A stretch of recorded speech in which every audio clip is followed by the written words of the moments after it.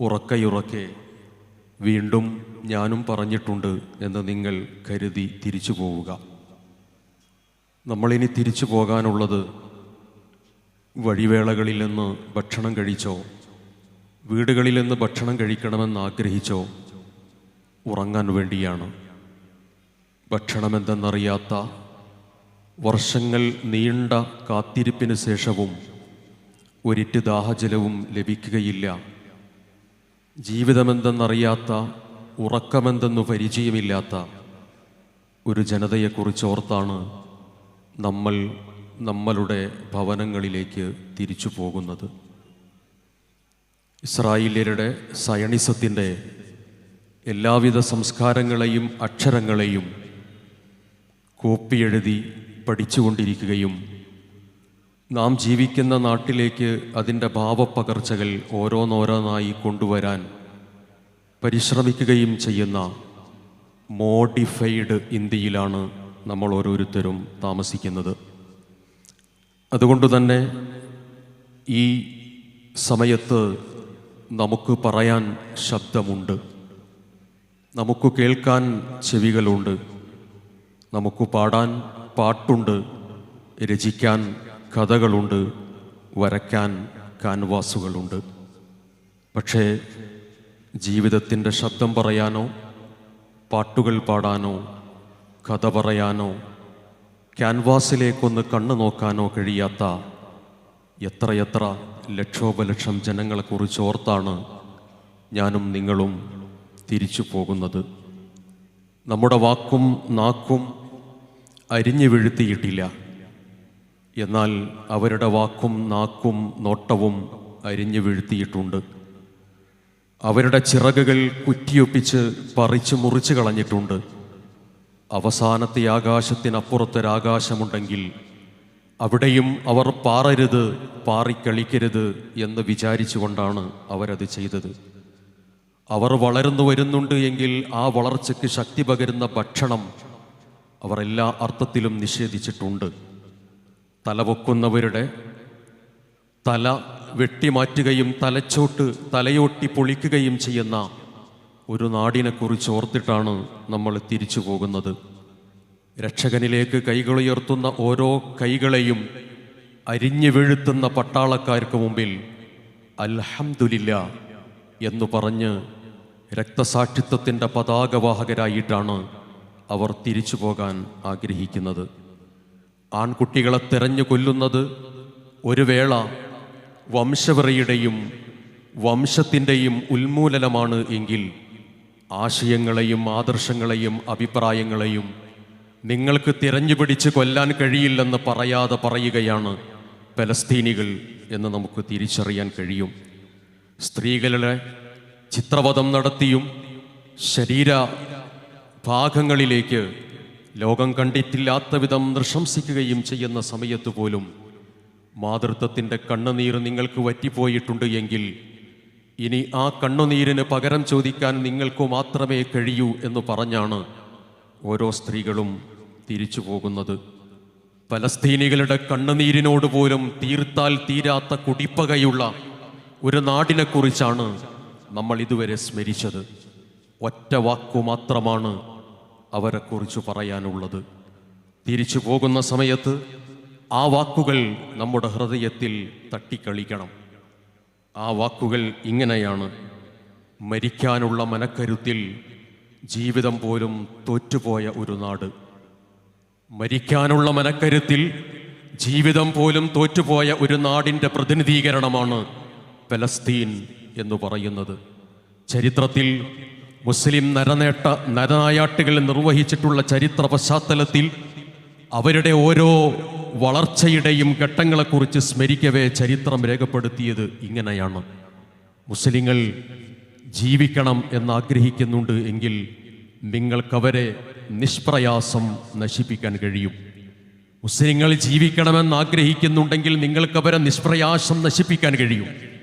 പക്ഷേ മുസ്ലിങ്ങൾ മരിക്കണം എന്നാഗ്രഹിക്കുന്നുണ്ട് എങ്കിൽ നിങ്ങൾക്കവരെ നശിപ്പിക്കാൻ സാധ്യമേ അല്ല.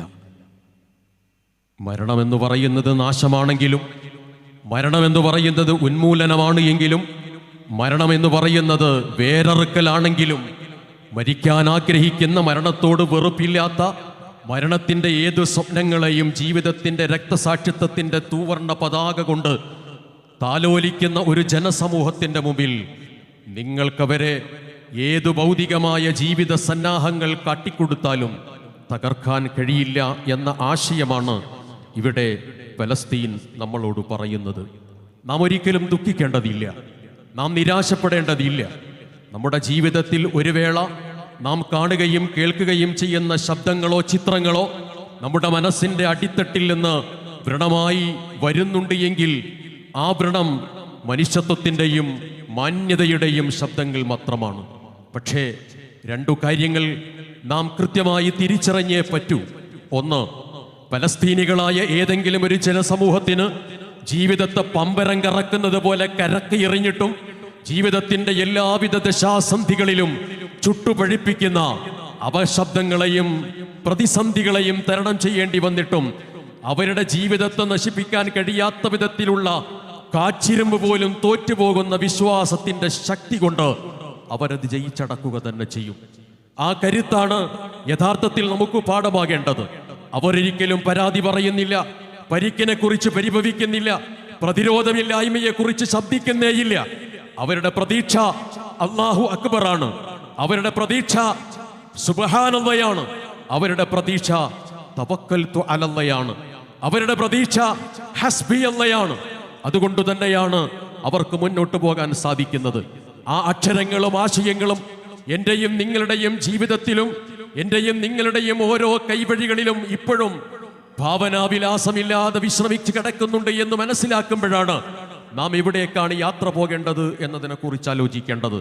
അതോടൊപ്പം തന്നെ ജീവിതത്തിൻ്റെ അവസാനത്തിൻ്റെ അക്ഷരമായ ആത്മഹത്യക്കുറിച്ച് പോലും ചിന്തിക്കാത്തൊരു സമൂഹം ഇന്ന് ലോകത്ത് ഇത്രമേൽ വിഷമം അനുഭവിക്കുന്നുണ്ട് എങ്കിൽ അതിൻ്റെ ചുരുക്കെഴുത്താണ് പലസ്തീൻ എന്ന് പറയുന്നത്. അവിടെ ആ സിട്ടാവിനെ കുറിച്ച്, കാരുണ്യവാനായ സിട്ടാവിനെ കുറിച്ച് ഒരു പരാതിയും അവർ പറയുന്നില്ല. ആ പരാതി ഒരുപക്ഷെ അവരുടെ വേദനകളും വിഷമങ്ങളും പങ്കുവെക്കുന്ന സമയത്ത് എന്തേ പരമകാരുണികൻ ഇങ്ങനെ എന്നൊരു പരാതിയുടെ ചെറിയൊരു ലാഞ്ചന എന്റെയും നിങ്ങളുടെയും മനസ്സുകളുടെ മുഖുരങ്ങളിലേക്ക് കടന്നു വരുന്നുണ്ടെങ്കിലും അവർക്കങ്ങനെ ഒരു പരാതിയില്ല. ആ പരാതിയില്ലാതിരിക്കാനുള്ള കാരണം ഖുർആനിന്റെ ഒരു പ്രഖ്യാപനമാണ്. വലാ തഹ്സബന്നല്ലാഹ ഗാഫിലൻ അമ്മാ യഅമലിൽ ളാലിമൂൻ. അക്രമികളായ ആളുകൾ ചെയ്തു കൂട്ടുന്ന താന്തോത്തിരിത്തങ്ങളെയും തെമ്മാടിത്തങ്ങളെയും ഈ ലോകത്തെ സൃഷ്ടിച്ചു പരിപാലിക്കുന്ന രക്ഷകൻ കാണുന്നില്ല എന്ന് നിങ്ങൾ വിചാരിക്കരുത് എന്ന് വിശുദ്ധ ഖുർആൻ ശക്തമായ രീതിയിൽ നമ്മോട് മുന്നോട്ട് നൽകിയിട്ടുണ്ട്. ഇസ്രായേലിനെ കുറിച്ച് പറഞ്ഞത്, യഹൂദികളെ കുറിച്ച് പറഞ്ഞത് അശദ്ദ റഹ്ബ, ഏറ്റവും കൂടുതൽ ഭയമുള്ള ആളുകളാണ് അവർ എന്നതാണ്. ബൗസുഹും ബഅദുഹും ബൈനഹും ശദീദ് തഹ്സബുഹും ജമീഅ വഖുലൂബുഹും ശത്താ. ഭയം മാത്രമല്ല അവർക്കുള്ളത്, അവർ ഭിന്നതയുടെ രാജാക്കന്മാരാണ്. അവർ ഒരു വേള ഒരുമിച്ച് നിൽക്കുകയാണെന്ന് നീ വിചാരിക്കുന്നുണ്ടെങ്കിലും ഹൃദയങ്ങൾ ഛിന്ന ഭിന്നമായി പോകുന്ന അഭിപ്രായ വ്യത്യാസങ്ങളുടെ ഉടമകളാണ് അവർ എന്ന് വിശുദ്ധ ഖുർആനാണ് നമ്മുടെ മുമ്പിൽ നൽകുന്നത്. അതുകൊണ്ട് വൈദ് യംകുറു ബികല്ലദീന കഫറു, സത്യനിഷേധികളായ ആളുകൾ അവരേതു തരത്തിലുള്ള കുതന്ത്രങ്ങൾ നിന്റെ മാർഗത്തിൽ സ്വീകരിച്ചാലും ശരി, ആ കുതന്ത്രങ്ങൾ യുസബ്ബിതൂക, നിന്നെ പിടിച്ചു മാറ്റുന്നതിന് വേണ്ടിയോ, ഔ യഖ്തുലൂനക, നിന്നെ വധിക്കുന്നതിന് വേണ്ടിയോ, ഔ യുഖ്രിജൂനക, നിങ്ങൾ ഒഴിവാക്കുന്നതിന് വേണ്ടിയിട്ടോ ആണ് എങ്കിലും ലോകത്ത് കടന്നു വരുന്ന ഏത് സഖ്യകക്ഷികളും യുദ്ധക്കൊതിയന്മാരും നെതന്യാഹുവിനെ പോലെയുള്ള ശാരോനിനെ പോലെയുള്ള അവർ കോശാന പാടുന്ന ആളുകളും ഒരുപക്ഷെ ഏതു തരത്തിലുള്ള തന്ത്രങ്ങൾ പ്രയോഗിച്ചാലും ശരി, ആ തന്ത്രങ്ങളുടെ മുകളിൽ എഴുതി വെക്കേണ്ട ഒരു വാക്ക് വല്ലാഹു ഖൈറുൽ മാകിരീൻ, ഏറ്റവും വലിയ തന്ത്രം പ്രയോഗിക്കുന്നവൻ പടച്ചതമ്പുരാനാണ് എന്നതാണ്. ഞാൻ അവസാനിപ്പിക്കുന്നു. അതുകൊണ്ട് തന്നെ ഇസ്രായേൽ സമൂഹത്തിന്റെ ഏതേതു പ്രതിരോധ പ്രവർത്തനങ്ങളെ പേരിൽ അവർ എന്ത് വിളിച്ചാലും ശരി, ആ പ്രവർത്തനങ്ങളെ ഈമാനിന്റെ ശക്തി കൊണ്ട്, വിശ്വാസത്തിന്റെ കനക കാന്തിയുള്ള കരുത്തുകൊണ്ട് അവർ ചെറുത്തു നിൽക്കുക തന്നെ ചെയ്യും. അതെ, മരണത്തിന്റെ മുമ്പിൽ ജീവിതം തോറ്റുപോകുന്ന വല്ലാത്തൊരു പേരാണ് പലസ്തീൻ എന്ന് പറയുന്നത്. സൃഷ്ടാവും പരിപാലകനുമായ പടച്ചതമ്പുരാൻ ആ നാടിന് സമാധാനം നൽകി അനുഗ്രഹിക്കുമാറാകട്ടെ. ജീവിതത്തിന്റെ എല്ലാ രംഗങ്ങളിലും അനുഭവിക്കേണ്ടി വരുന്ന ഏതൊരു കാര്യങ്ങളെയും നേരിടാനുള്ള മനക്കരുത്ത് സട്ടാവ് അവർക്ക് നൽകി അനുഗ്രഹിക്കുമാറാകട്ടെ. ലോകത്തിന്റെ എല്ലാ തലങ്ങളിൽ നിന്നും ധിക്കാര രാജ്യത്തിനും ധിക്കാരികൾക്കും എതിരെയുള്ള ശബ്ദം നടുങ്ങുമാർ ഉച്ചത്തിൽ ഉയർന്നു വരാൻ അല്ലാഹു സുബ്ഹാനഹു വ തആല ലോക സമൂഹത്തിന് കരുത്ത് നൽകുമാറാകട്ടെ. മാനവികതയുടെയും മഹത്വത്തിൻ്റെയും ശബ്ദങ്ങളെ ഏറ്റവും ശക്തമായി പ്രതിനിധീകരിക്കാൻ ലോകത്തിൻ്റെ വിവിധങ്ങളായ സംവിധാനങ്ങൾക്കും ഔദ്യോഗികമായിട്ടുള്ള കേന്ദ്രങ്ങൾക്കും ശക്തി പകരുമാറാകട്ടെ. അവർക്ക് വേണ്ടി പ്രാർത്ഥിച്ചും അവർക്ക് വേണ്ടി കണ്ണുനീരൊഴുക്കിയും അവർക്ക് വേണ്ടി ഐക്യദാർഢ്യത്തിൻ്റെ ശക്തി പകർന്നും നമുക്ക് തിരിച്ചു പോകാം. നമ്മുടെ ഓരോ കാൽപാദങ്ങൾ മുന്നോട്ട് വയ്ക്കുമ്പോഴും ആശ്വാസത്തിൻ്റെയും സമാധാനത്തിൻ്റെയും ഏതു തരത്തിലുള്ള ചെറിയ അനുഭവങ്ങൾ കടന്നു വരുമ്പോഴും അവയെല്ലാം വിലക്കപ്പെട്ട കനികളായി മാറിയ ഒരു നാടിനെക്കുറിച്ചുള്ള ഓർമ്മ നമ്മുടെ മനസ്സുകളിൽ നിറയുന്നുവെങ്കിൽ ഉറപ്പാണ് പലസ്തീൻ ജനതയ്ക്ക് മുമ്പിൽ വെള്ളരിപ്രാവുകൾ പാറും. അവരുടെ ജീവിതത്തിൽ ഈ കടൽ തിരമാലകൾ പോലെ ആശ്വാസത്തിൻ്റെ അലക്കാത്ത തിരമാലകൾ അവരുടെ ജീവിതത്തിലേക്കും കടന്നു വരും. സട്ടാവും പരിപാലകനുമായ പടച്ച തമ്പുരാൻ അനുഗ്രഹിക്കുമാറാകട്ടെ. സത്യത്തിൻ്റെ കൂടെ നിൽക്കുവാനും നീതിക്ക് വേണ്ടി പൊരുതാനും സമഭാവനയോടെ ജീവിക്കാനും സഹിഷ്ണുതയുടെ പോരാളികളായി മാറുവാനും മാന്യതയ്ക്കും മഹോന്നതക്കും മതമൈത്രിക്കും വേണ്ടി മുന്നിൽ നിൽക്കുവാനും അള്ളാഹു നമുക്കേവർക്കും കരുത്തു നൽകുമാറാകട്ടെ. റബ്ബന ആതിനാ ഫിദ്ദുനിയ ഹസന വഫിൽ ആഖിറതി ഹസനതൻ വഖിനാ അദാബന്നാർ വൽഹംദുലില്ലാഹി റബ്ബിൽ ആലമീൻ. അസ്സലാമു അലൈക്കും വറഹ്മത്തുള്ളാഹി.